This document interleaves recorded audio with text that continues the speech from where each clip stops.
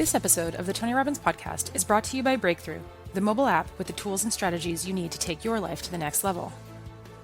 Imagine that Tony Robbins himself was your life coach, and you had direct access to his most powerful ideas and proven tactics whenever you want, wherever you want, 24 hours a day, 365 days a year. Introducing the Tony Robbins Breakthrough app.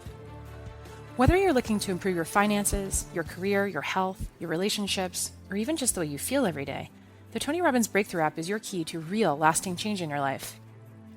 Breakthrough is a digital library of Tony's best content, a curated collection of some of his most watched short videos like What Makes a Relationship Work and How to Master the Game of Money. And when you're ready for deeper immersion, you can purchase digital copies of Tony's best-selling products, including his #1 personal and professional development program of all time, Ultimate Edge. The Breakthrough app also includes interactive features like a journal to track your progress and the all-new Wheel of Life, a free assessment test that shows you where you are today in each of the 7 areas of your life, so you know with certainty what you need to focus on to achieve an extraordinary quality of life in all areas. Download the free Tony Robbins Breakthrough app today. Get yourself on track to the life you desire and you know you deserve. Now available in the App Store and in Google Play.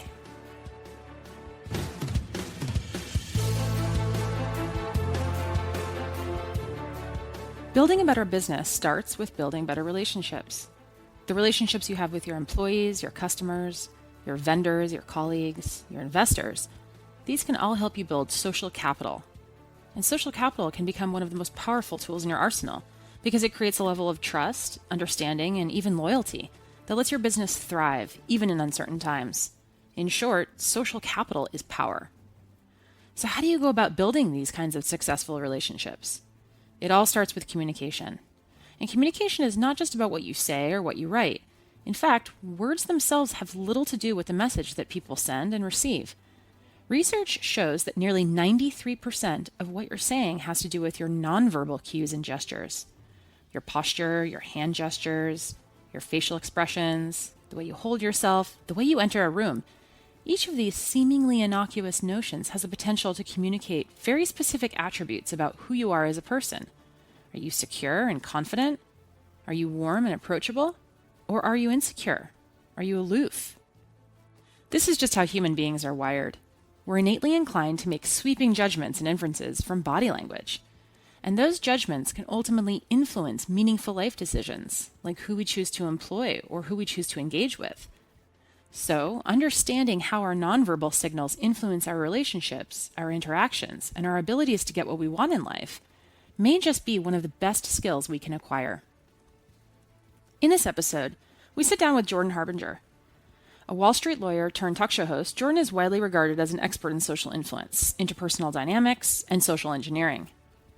He's the owner and co-founder of The Art of Charm, a consulting and coaching company, as well as a top 50 podcast on iTunes, which he's been hosting for over a decade.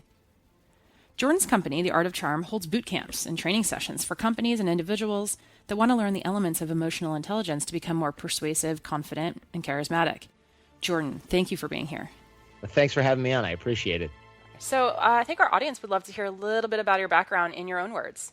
Sure. So essentially what I do is ask brilliant / I guess you could say smart people interesting questions so that my audience can apply that same wisdom for themselves. Fancy word for saying talk show host, but this wasn't like wake up on my mom's couch one day and decide I should start a show. I went to college in Michigan, grew up in Michigan like yourself, and ended up going to law school kind of by default plan, where by that I mean tried to get a job at Best Buy with a 4-year college degree. They weren't really hiring at that point, and this is a booming market. This is 2003. Should have been able to get a job, especially at a retail place with a 4-year college degree, but kind of couldn't make it. And so went to law school to both buy time and to buffer the old resume, because I thought, wow, if I can't get a job after graduating from the University of Michigan at Best Buy, I am in trouble. And I just followed blindly the advice that I'd make a good lawyer because my aunt, who was a teacher, said you like to argue, which is, by the way, not a good reason to go to grad school. Absolutely not. No. And I became a lawyer, worked on Wall Street for a while, And while I was there, I got hired by this guy named Dave. And Dave was a guy from Brooklyn with a tan. So, he knew something that other people didn't. And he was a young partner, and everybody thought he was the man. And I never saw him in the office. And that was really mystifying for me because as a lawyer, and those of you out there who are attorneys, I mean, we know we bill in 6-minute increments. That's basically how it works. And so if you work on a problem for 18 minutes, you bill 3 increments and it costs X number of dollars depending on your level in the firm. And Dave was never in the office, so it was kind of mystifying how this partner was billing hours if he's just never there. I mean, we're supposed to be workhorses. So one day I asked him why he was never in the office, which is not really a good career move generally, asking your boss at Starbucks why he's never at work. But I needed to know. I needed to figure out what was going on with him. And he told me, well, I bring in all of the deal flow. I bring in a lot of the deals for our firm, especially for our department. So I'm more valuable outside the firm than inside the firm. And this was really, really interesting for me because my thoughts on networking, relationship development, getting to the top of the law game all involved either being smarter than everybody or outworking everybody, which is nearly impossible on Wall Street. I mean, everybody's smart. Everyone's sleeping under their desk, working 20-hour days. So he sort of showed me this almost secret third path, to put a little hyperbolic spin on it, sort of a secret third path, which is if you develop relationships and you get a book of business, you can kind of write your own ticket. And nobody seemed to be paying attention to that at that time. And so I dedicated my life basically to learning that, which is eventually what evolved into what is now the art of charm. It started as me trying to get ahead on Wall Street and in the legal profession, and ended up with a sole focus on relationship development, networking, and things like that. That's interesting. Yeah, it's just this whole idea of adding more value, and you don't have to be grinding, right, and putting in all the hours. And I think a lot of contractors now, talking about where jobs are going, a lot of people now are working more on a project basis where it doesn't matter how much time you're putting into something, but if your deliverable, if your end result is adding to the bottom line of the business, then you can charge whatever you'd like, right? Exactly. And it becomes this sort of professional baseball player type situation where the rarest talents in the firm are not smarts. They're not work hours put into a day. If you work at certain low level jobs, like when I worked at a movie theater, I got paid hourly. I was 17, 16 years old. I got paid hourly. And my value was working extra hours, selling gummy bears and or scraping those same gummy bears off of seats, floors, and the screen when little kids spit them out and threw them and stepped on them, right? I mean, that's your value.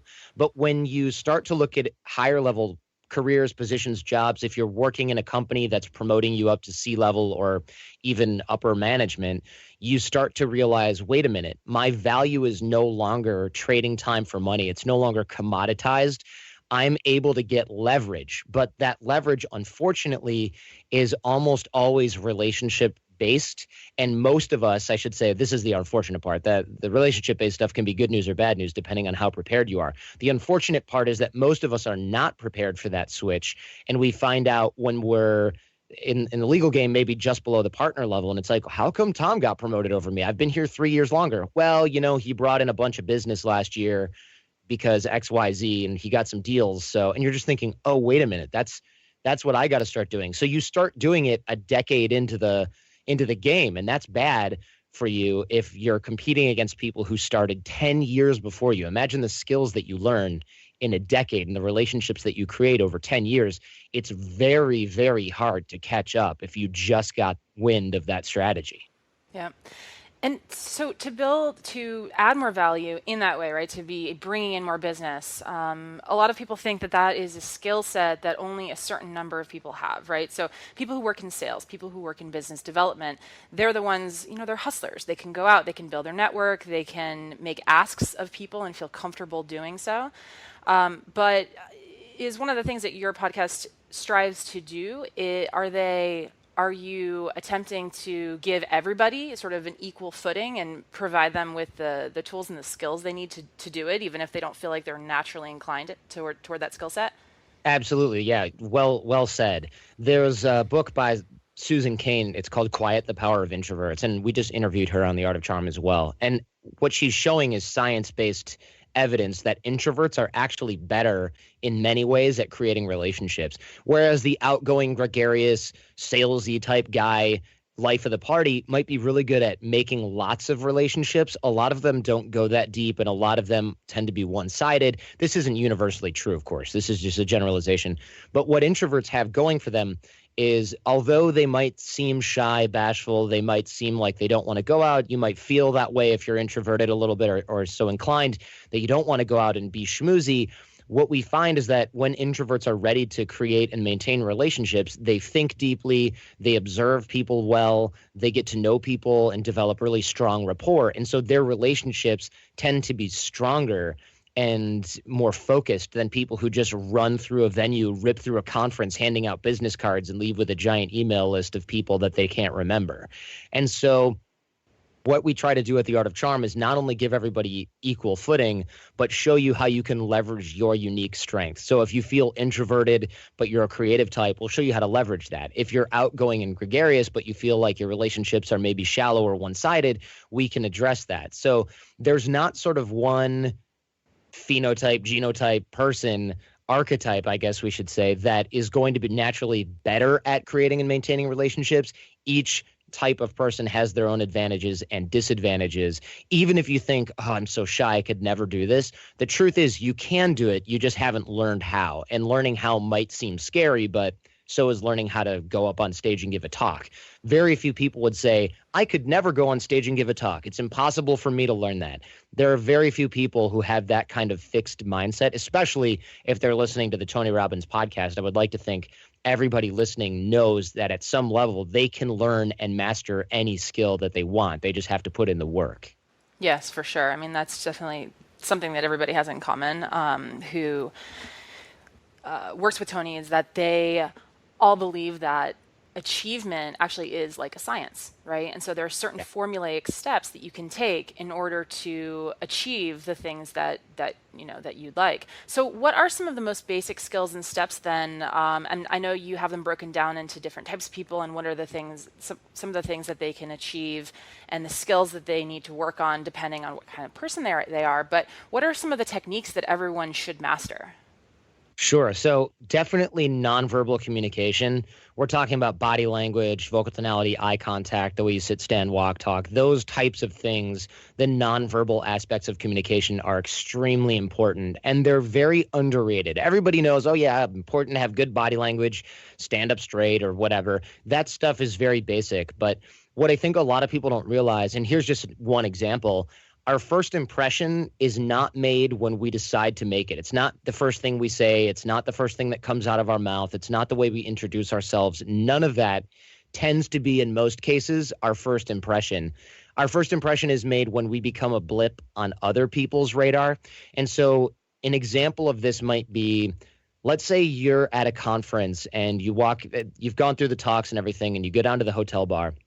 And it's downstairs, and you walk in downstairs, you're going to meet some people you knew earlier, and so they're seated on the right. You see them seated on the right. And there's another group of people seated on the left that you would like to get to know, maybe a couple of the speakers that you really admire. And so you're walking around, you're hanging out with your friends or the people that you knew in the corner there. And then eventually later on in the night, you've had a drink or two, and you walk over to that group on the left that you want to meet. Well, you introducing yourself and saying, hi, my name is Jordan, my name is Anna, Carrie, whatever, that's not your first impression. That's your introduction. But those people have already seen you around the conference. They saw you walk into the bar after the events were done. They saw you hanging out with your friends. They saw the way that you interacted with them, the way that other people interacted with you. And that formed your first impression. And I know you, just by virtue of you being female, women are typically better wired for this because of certain evolutionary psychology, the safety factor in dating and mating and relationships and things like that. So I know you've experienced this where someone has at some point in your life approached you to start a conversation for any reason, and you've already decided, I will engage this person in conversation, or no way, check please, right? Has that ever happened to you? Yeah, absolutely. And then I think it's something too that maybe this is something that people is more of a modern problem, but we also watch carefully to see how many times somebody is looking at their phone. Because for us, that's a safety measure, right? It's a way that we know that somebody feels uncomfortable or in a social setting is if they're constantly checking their phone. So we kind of gauge that. We have a little ticker in our head. And so we know before anybody speaks to us kind of how comfortable or uncomfortable they are in that situation.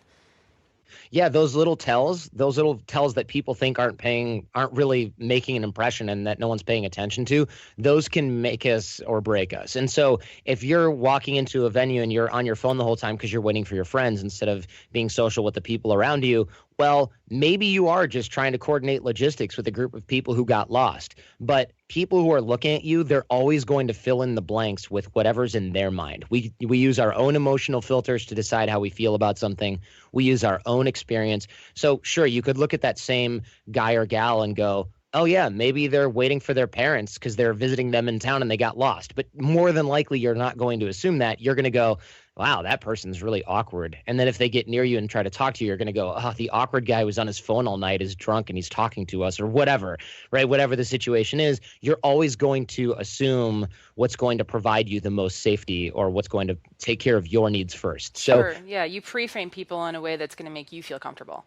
Exactly. You pre-frame people in a way that's going to make you feel comfortable and make you feel safe and is frankly just going to be more convenient for you. Our brains are energy economizers. They don't want to do too much work. They're not going to sit there for half an hour looking at all the potential reasons why somebody might be doing something.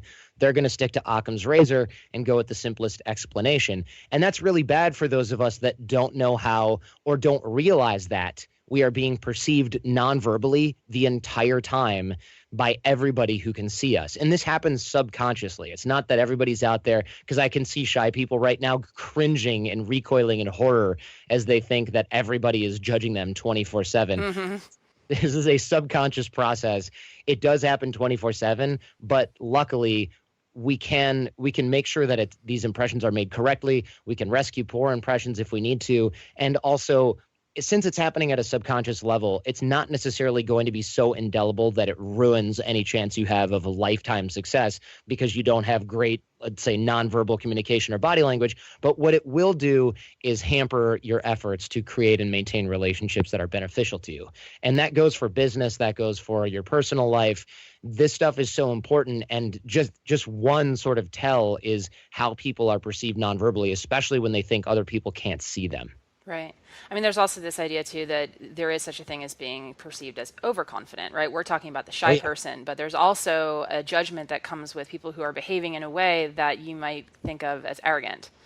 Right. And so let's sort of dissect that because this is really interesting. When we typically say somebody is being perceived as overconfident, what we actually mean, and I don't want to put words in your mouth, so correct me if I'm wrong here, but what I actually mean when I say that is this person wants us to think they're confident because they're really, really not. Oh, sure. They're overacting. Yeah. Right. That's the person who's taking up way too much space, right? They've got their foot on one chair, their arm around another seat, they're leaned way back, their stuff is spread out all over the place. And we're like, okay, buddy, we get it. You feel really comfortable in this place and you're the alpha guy. Like, it's just kind of an eye roll moment, right? Mm-hmm. When you see that, especially when it's somebody who is really doing this at all times. They're always puffed up. They're always doing this sort of head nod bro stuff with men. And it's typically really, really off-putting because all we think of is, wow, you're overcompensating so much. I don't want to deal with your insecurity. And again, this is a subconscious process. A lot of people don't realize that they're doing this, and a lot of people who are perceiving this don't really know why they don't like someone. They just know that they don't like them. And that's bad news because that means that we can't just ask our friends for feedback a lot of the time because our friends don't really know or see the same thing that other people do that's causing us problems in this area. Yeah. Sorry, I was just thinking for a moment about how when people are doing something that they're very passionate about or they're feeling very comfortable and they authentically are feeling confident, they might be giving off some of the same cues that could be construed as somebody, in the position that you just mentioned. It can happen, but it's exceedingly rare because our bodies are really, really terrible at lying. We're really good at making up tall tales and spinning webs of lies, right? As humans, if we can imagine it, we can create it, we can write it on paper. That's why fiction is so strong and popular. We can lie through our teeth. The problem is to lie convincingly by having your body match what's coming out of your mouth. That people win awards for that and make tens of millions of dollars doing it on camera. It's very, very hard. We know when bad acting is happening in front of us because we see it and we roll our eyes and we think, how did this person ever end up in this movie? This person's ridiculous. It's very, very, very tricky to do that. That's why police are very good at interrogating people when they need to. Lie detection is an art, not a science. But when we come towards this nonverbal communications, sort of set up the string of cues that we're looking for, we don't necessarily have to be able to articulate why we know somebody is full of it, but we are very, very good just as humans of detecting when someone's body is lying. I don't mean we're good lie detectors. Most people are terrible. I mean, we are very good at reading nonverbal communication because it evolved well before language did.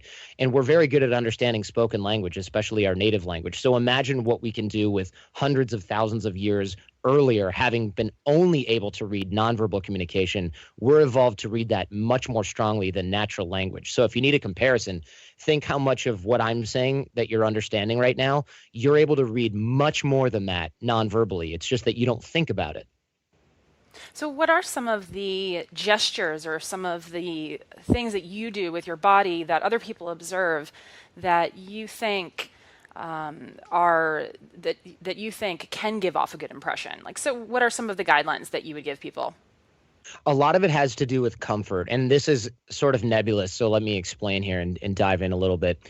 What I mean by comfort is you sort of touched on this earlier, actually, that a lot of people, when they're thinking about something that they enjoy or a relationship that's they're fond of, they might have confident or authentic gestures and authentic body language that might some people might misconstrue. I wouldn't necessarily totally agree with that, although I think I know what you mean by that. I think that when we are looking at somebody, we're trying to decide whether or not they're comfortable in their own skin. Coming to what you talked about earlier about mirroring and things like that, we naturally do mirror other people, even if whether we're trained in this stuff or not. We naturally mirror other people, especially their emotional states. More so than their body, we mirror their emotional states. So if someone comes up to us and they're uncomfortable, if for any reason, they could have something going on at home. It doesn't matter. We're not looking at those circumstances. We're not even trying to figure that out.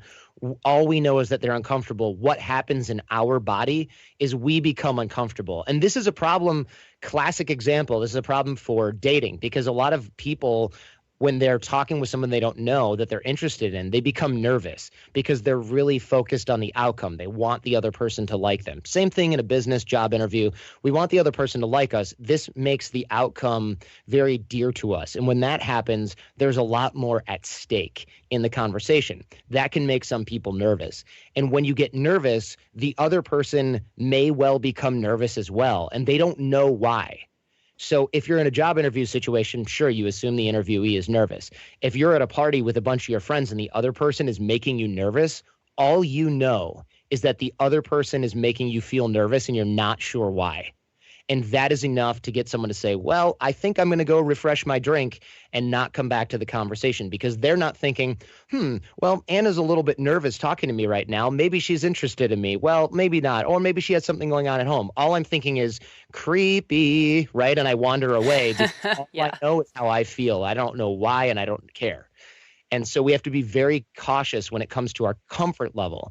And of course, the way that we become comfortable in our own skin is through practice, experiential learning, things like drills, exercises, exposure therapy. And Tony does a lot of this stuff as well in some of his training that I've seen and heard, which is getting people to go through certain drills, experiences, exercises. I mean, the fire walk is almost a classic example as well of showing people that they can do something that they previously thought was maybe impossible. And it changes your emotional state. And I know you guys are big on state change, so I won't beat this topic to death. But when you can be in that comfortable, optimum state, not necessarily super energetic state, but a comfortable state, in an area where most people are uncomfortable, you have a massive, massive advantage. That's why we're attracted to leaders that can speak well in public, et cetera. Does that make sense?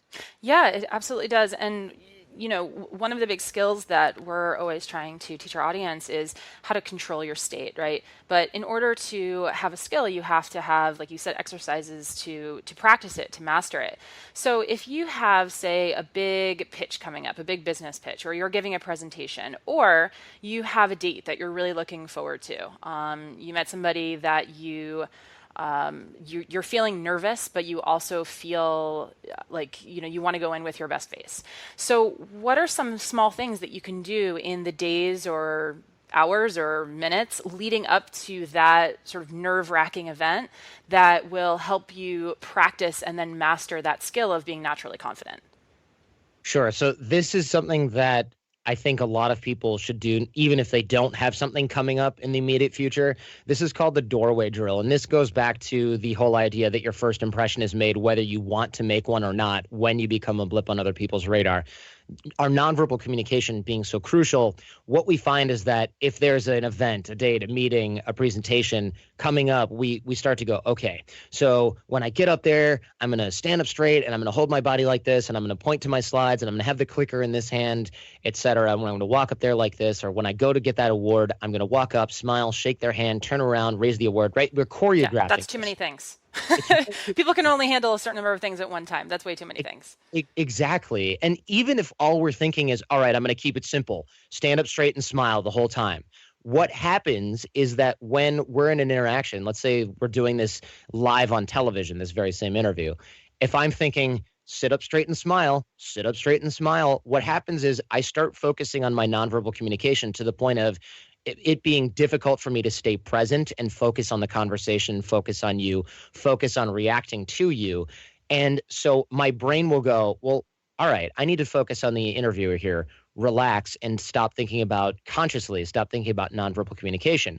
What happens at that point is we default to the level of our training. We never rise to the level of our expectations. We always default to the level of our training. And this is kind of a special forces maxim that we hear a lot.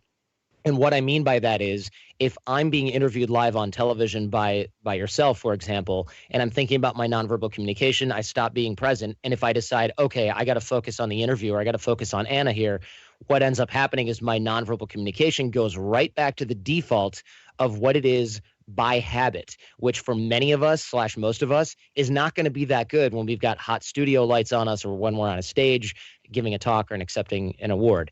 And so we at AOC, we have the doorway drill. And what this is essentially and don't do this if you're driving right now because I don't want any responsibility for that. But if you stand up straight, you have your chin up, your chest up, your shoulders back, and a smile on your face. You don't have to do this in an exaggerated way because you'll look a little bit ridiculous, and we're trying to avoid that here.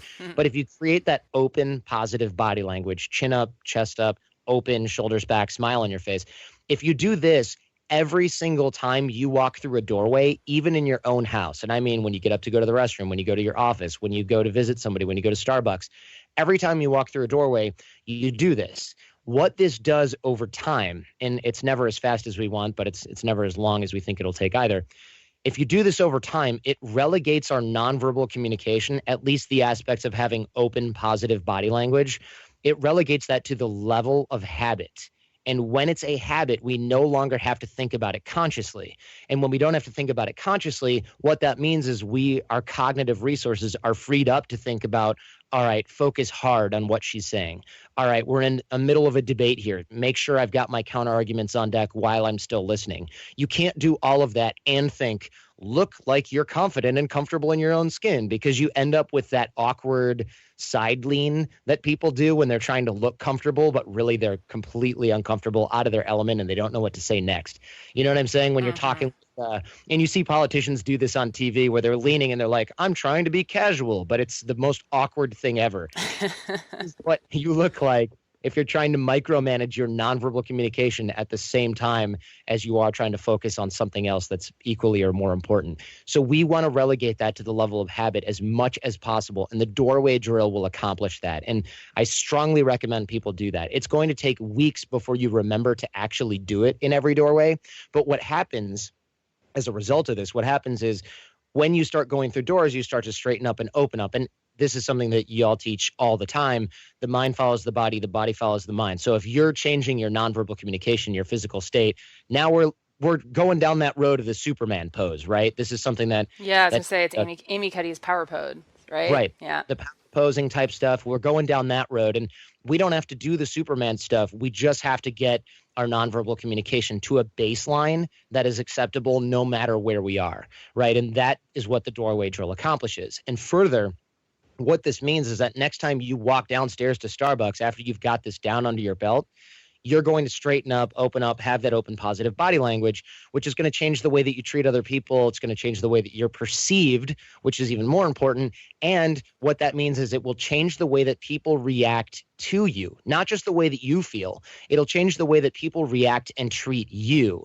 And that is enormous because that is what begins the positive self reinforcement train, which is, wow, people are treating me really well. They're smiling. They're treating me like a confident, outgoing person because that's what you look like. And so you start to act that way, and that pattern reinforces itself. And over a period of months and years, that can actually change your identity at the core level. You can have a shift that says, formerly was, oh, I'm a shy person, I keep to myself. That can change that former mindset into somebody who is completely different and able to operate in those circumstances without thinking about it at all. And that you'll know that you're there because people say, well, you're naturally just so confident all the time. And you'll go, who are they talking to right now? Have that image of yourself. So this is the beginning. This is your foot in the door. By doing this doorway drill, you really are starting down the path of identity level shift. And this is really important. This identity level shift is hugely important because even if we think, oh, I don't really need that, at some point in your career or even just in your family life, I would like to think you'd like to set an example for others and be a leader. Sure, and it doesn't have to be a huge transformation either. I mean, if you feel like you're an introvert and yet you have a big presentation coming up and you start doing this, it's those 2 millimeter shifts, right, that are going to eventually get you to the point where you need to be. Do you have any examples of this really working, like you seeing it on people that have improved greatly just from doing these things? Yeah, absolutely. All the time. I mean, what we teach at AOC, we have live workshops and boot camps and things like that. But what we see when we do our workshops, we do a lot of video work where we videotape people. And the reason that we do that there's multiple reasons that we do that, of course. But one of the reasons that we do that is because we like to show people's progress on the first day of the workshop versus the last day of the workshop. And we have them doing the doorway drill. We have them doing body language drills the entire time that are very similar. And it is night and day. And this is after a week-long program. So you can imagine that if you keep these habits up over time, you'll see a massive shift. And this is, like you said, those 2 millimeter, I love that concept, those 2 millimeter shifts that get you moving in the right direction. So we've had some folks come in, for example, this guy, James, he came in a long time ago. And we had him doing a lot of body language drills and a lot of nonverbal communication because as somebody who was a software engineer, he sat a lot. And when sitting is like the new smoking, right? It damages pretty much every part of your physiology. So he had a rounded back.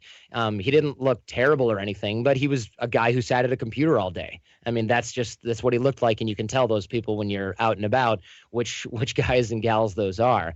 And so by changing his physiology, he started to change his concept, his self-concept, and his concept of what he was capable of. And once he realized he could change that, he decided, well, in that case, I'm going to lose 100 pounds because I already changed this entire self-concept in the way that I feel. And I feel confident enough that I could do that. You start to trust yourself. And he built trust in himself to lose weight. He built trust in himself to quit a job that he didn't like. He built trust in himself to start a company outside of that doing consulting. And he basically doubled his salary working on his own, started traveling and living on the road because he had never done that. He worked in a friggin' cubicle all the time doing software coding. And then he decided, well, I've done this. He got married. He started a family. And then he went, well, I think I'm ready for a new challenge. And he went and got a job at Facebook. And this isn't recently. This is years ago when working at Facebook was something that was new and cutting edge. And he started designing product for something that we use every single day. It's incredible. Yeah, that is incredible. So Jordan, I wanted to talk a little bit about your podcast. So everybody listening, Jordan runs a podcast called The Art of Charm. That's what he's talking about when he says The Art of Charm, or AOC. And it seems that it sort of, from my perspective, it started out as something that was more like dating and relationships, but it became quickly clear that, dating and relationships is based on human behavior, social influence, how we relate to each other. So he's had, what are you at, Jordan, like 600 episodes by now? Yeah, close to it. We've been doing it for 10 years. Actually, this month is our 10-year anniversary of doing the show. That is insane. Congratulations. So I wanted to ask a few questions about it because I think podcasting is something that that Tony's audience is quite curious about. So that's quite some longevity that you've achieved, 600 shows. What made you stick with it that long? I mean, are you naturally passionate about podcasting or, interviewing the greats? I know one thing that Tony really believes in is modeling, right? So if you want to be a certain way, you find somebody who has achieved greatness in that one area, and then you model them. And one of the ways of modeling, right, is to understand their techniques and their skills and what makes them tick. And it sounds like that's a lot of what you've been doing. So can you maybe talk a little bit about, the evolution of the show or some of your favorite guests? Sure. So you're absolutely right. Guilty as charged. When we were in our mid/early 20s, we started this show and we decided, all right, let's talk about networking and relationships, which quickly evolved into what people that age are interested in, which is dating. So we focused on that for a while. And what was surprising about the discovery of dating and relationships was there's about a 90+% overlap with business relationships and nonverbal communication presenting on stage, salesmanship, and the courting/mating/dating process. The overlap there is absolutely tremendous. And so this stuff all dovetailed really, really well.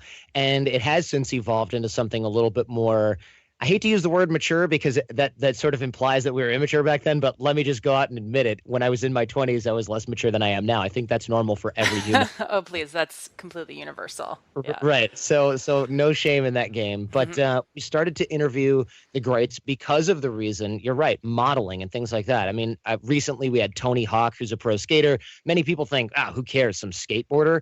This is a guy with a $1 billion brand. He's been around forever, and he taught us a lot about the craft of mastery, of working on something even when no one else cares, why it's important, maintaining a personal brand. I mean, we got him to talk about very detailed aspects of his business. We talked with General Stanley McChrystal about, who is the theater commander in Afghanistan, about making difficult decisions and modeling that process, because this is a man who has hundreds and thousands of people's lives in his hands on any given day. And he had to have a process that wasn't just, let's do this and see how it goes, because the cost was too great. And we've had persuasion and persuasion experts that have really been pioneers in their field. Robert Cialdini. We've talked with everybody from Navy SEALs to professional football players about what makes them great and what helps them make decisions, what their mindsets are. And that has been enormous for me personally. It's what the Art of Charm brand is all about. And the longevity of the show, I would say, really stems from being able to shift the topic into whatever I'm interested in. It's not just a hodgepodge of, today let's talk about Legos, tomorrow let's talk about skateboarding. It's not that. It's, this show has been able to grow with the audience, and the way that it's done that is simply by growing with what is interesting to, what I think is interesting to, high performers of any age bracket who want to get better, are willing to apply what they learn and do the work, which is why I think it's such a great fit for both of our audiences, because it really does dovetail into, all right, you might read a lot, you might consume a lot of material. What are you applying? What are you learning? What are you taking away from it? How are you growing? And that's the mindset that I've had throughout doing the show, and that the AOC family, the AOC audience has in applying what they've learned from the show. And that's been hugely rewarding. I think that's one of the things that's really kept me going. Aside from being able to shift the brand, it's been very rewarding to get hundreds of emails every day of people who say, this got me out of a toxic relationship. This got me into a wonderful relationship. This has helped me set examples for my kids. This has helped me get a dream job, etc. I mean, when I was a lawyer, I didn't get a lot of fan mail, I guess, right?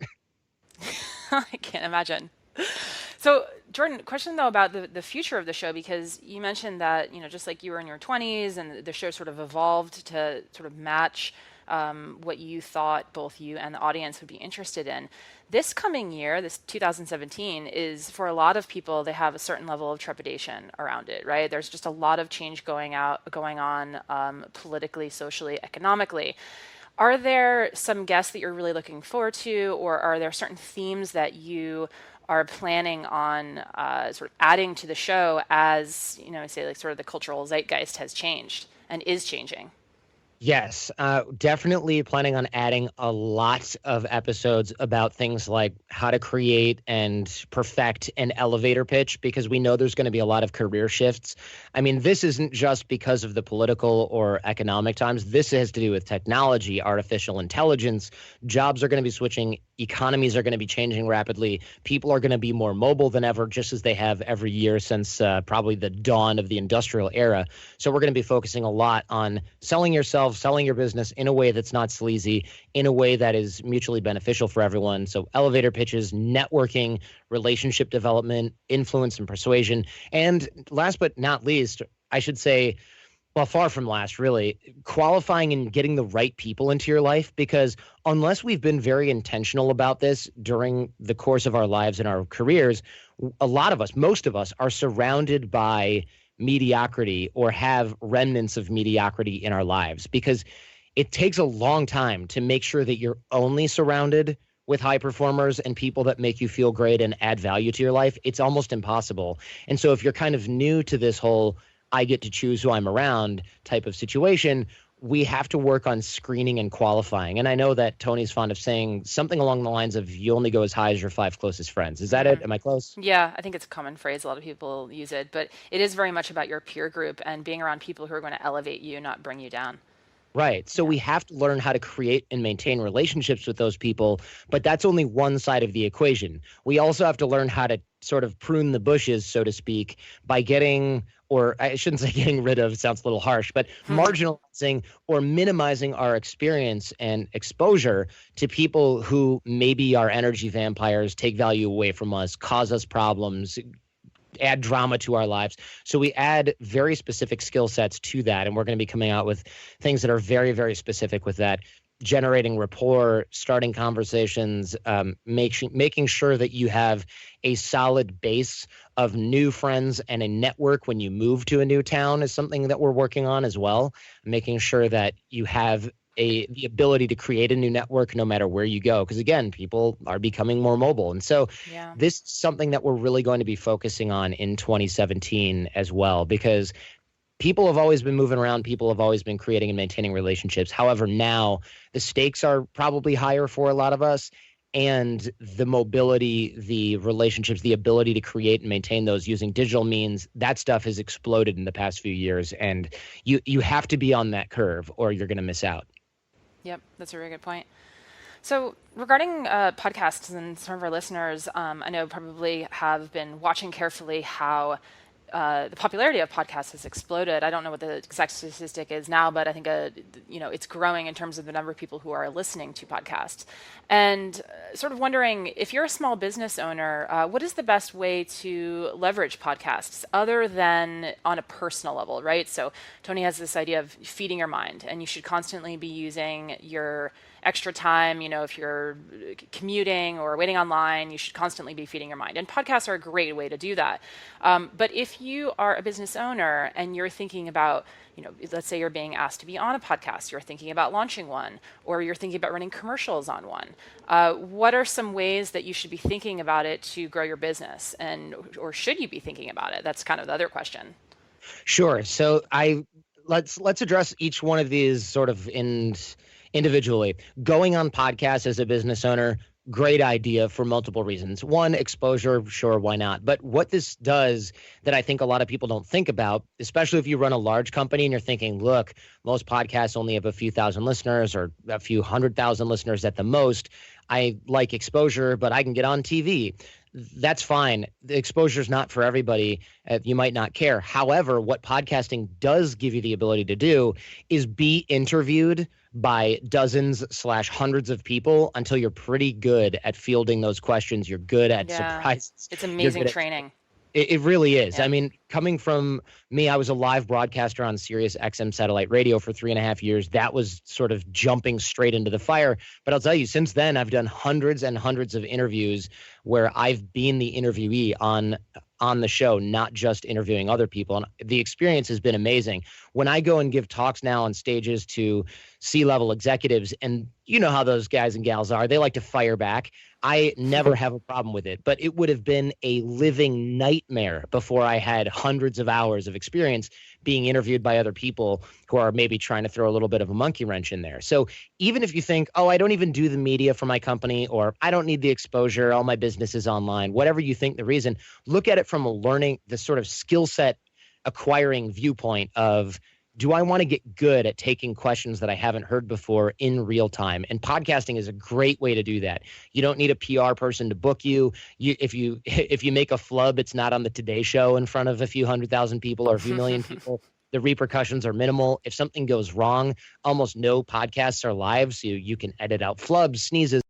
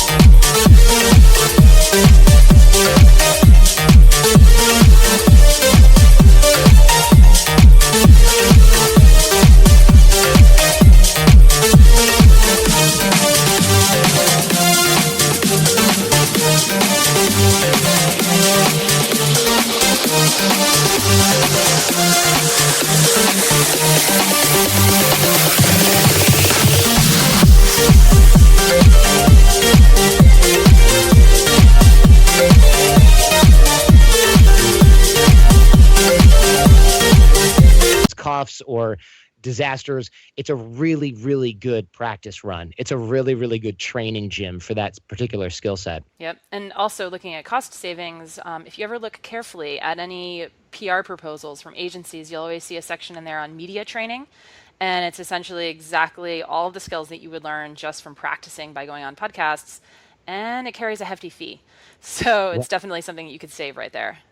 Right. It not only are you going to get media training for $1,000 an hour, you're going to end up getting it from somebody who doesn't actually interview people themselves most of the time. Yep. So they're kind of winging it. It's the difference between when I was in grad school, we had these mock interviews for law firms, and they were ridiculous because somebody who's never hired anyone or has only hired a few people will run you through a few questions that are totally different from what you're actually going to get at a real interview, and the stakes are low. You're doing it like a conference room in your law school. It's insane. What you really need is the real deal as much as you can. You need to simulate this as much as possible. There's a reason that in military training and boot camp, you don't just watch videos about people going into battle. You go through crazy hard drills because it's going to be that hard, right? You have to train hard and fight easy, not the other way around. So it's definitely a great way to get that experience. The other thing that I think podcasts are great for, and I'm going to throw a major caveat in here, is getting the word out about your business and getting exposure. However, and I know this is going to be controversial, I think that if there are 10 people in front of me right now saying, I'm thinking about doing a podcast, 9 of them should immediately forget about doing a podcast. It's not something that you have to do. It's not like being on Facebook or Twitter where, you know how when you look for a business, you go, well, let me search for them and look at the menu for this restaurant, for example, on a website. If they don't have a website, you kind of go, what? How does this place not have their menu online? That's weird, right? It's strange. That's not how it is with podcasting. It's not going to become that way either. It doesn't make sense for most businesses to have their own show. It really doesn't. If you are looking for a specific business, you're not necessarily looking to hear 12 hours of content from the founder. The content itself has to stand alone, regardless of whether or not somebody ever does business with you. That's very different than a brochure. It's different than a business card. It's different than having a Twitter account for your customer support. It's different than having a Facebook page. Having a podcast in iTunes is not a placeholder. It's not a place people expect to reach you. It is unidirectional for the most part in the way that people interact with you and your brand. Further, even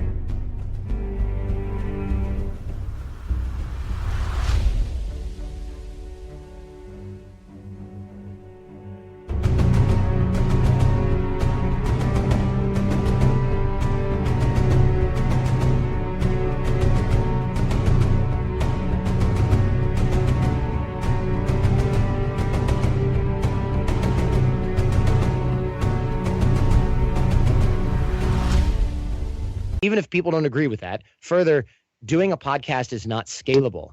If you are hosting a show and you own a business, and then in a year you go, well, you know what? I kind of want somebody else to host this for me because I'm really busy. Well, sorry, you're the host. You develop the rapport with the audience. If you switch now, you're going to end up in a situation where people go, yeah, I don't really like this guy or this person as much as I like the original. Or, oh, the owner is too cool to talk to us now, us lowly peons, right? It's like YouTube. It's like a video. You can't switch yourself out. It's not a blog with written content where you can hire writers and scale it. If you need one blog post a day, maybe you could write it. If you need 10 a day, you're not going to do that. You're going to hire help. But if you're doing one podcast a month and then suddenly you want to go up to weekly because of the ROI, well, guess what? You just made a new job for yourself that you cannot give to anyone else. And third, when it comes to this, there are a lot of issues, in my opinion, with the quality and performance of most podcasts. And what I think a lot of people don't realize is being on mic, this is a show. This is a performance. This is a skill set that takes a long, long time to learn. We've all heard terrible interviews. We've all heard bad journalism, bad podcasting. This is a skill that takes a long time to learn and master. If you're not willing to dedicate yourself to that, you're actually doing harm to your brand by being that awkward guy who goes on and talks about, I don't know, what type of business are we in? Car sales. You can do harm to your brand if people think, oh, this clown, if they didn't know you before. And it's very, very hard to get good at the skill of performance. That's why not everybody is a performer. That's why not everybody's a public speaker. That's why not everybody acts in movies and television. It's a skill. And podcasting is the same way. And I think a lot of people don't realize that. They think it's like talking on the phone. Oh, I can do that. So of course I can record my own voice. It's not the same thing. And if you don't realize that and you start a show thinking, I'm just going to yammer on and see what happens, you're going to see negative results, not just no results.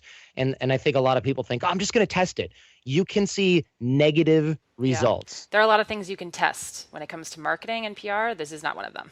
This is not one of them. It's going to be very, very difficult to do that because you will see, and we've seen this before. I'm trying to analogize this in a way that makes sense to people who are not experienced with digital media. And I think one great example might be if we're all sitting in a room and there's 100 of us and I go up and give a talk and then you go up and give a talk and then Tony comes up and gives a talk and everyone's like, wow, you know, this public speaking is really engaging. I should do that. But you've never given a talk. Do you think you should go up there on stage and just wing it? No, don't be that guy. Yeah. Don't be that guy, right? You would never do that if you're sitting in an audience. You'd never want to follow an experienced speaker, try to wing it with no content, no presentation. You would just never do that. However, there are hundreds of thousands of people in iTunes and other podcast distribution centers right now that are going, oh, I'm just going to record some random stuff and throw it up there. That's the equivalent of walking in right after somebody's heard an amazing speech by a professional and saying, well, I hope this doesn't embarrass me, and going up and embarrassing yourself and hoping, just wishing that you had never done that, except now it's on the internet and you don't realize how other people are reacting because you can't see them. That's negative results. That's negative branding. You would never do that to yourself deliberately, and yet there's this trend that says podcasting is the new digital gold rush, and it's a bunch of baloney. Yeah. Well, I mean, it can be a digital gold rush in the sense that there is an enormous audience, right, that is only growing on iTunes and Stitcher, and they are engaged and they're focused. And there is an opportunity, but it's through advertising and sponsorships. And that's something, you know, speaking of marketing and PR, that is something you can experiment with. So how could a small business essentially reach and tap into that new audience for lead generation? Sure. So one way I think that would be great is going through and being a guest on podcasts. You don't have to start with the big ones. In fact, I recommend, for previous reasons we've previously discussed, starting with the smallest ones, because then you can get really good at being interviewed. And once you get the hang of that and you can take fire from all directions and really crush it, then you can start to work up the chain, the ladder, so to speak, in terms of audience. If you're seeing ROI by being a guest on a bunch of shows and possibly also paying and buying some advertising on shows to test that out, if that's generating ROI, then you can consider, maybe I should do this myself. You should not consider doing this yourself if you just want to dip your toes in the water, because that makes no sense at all.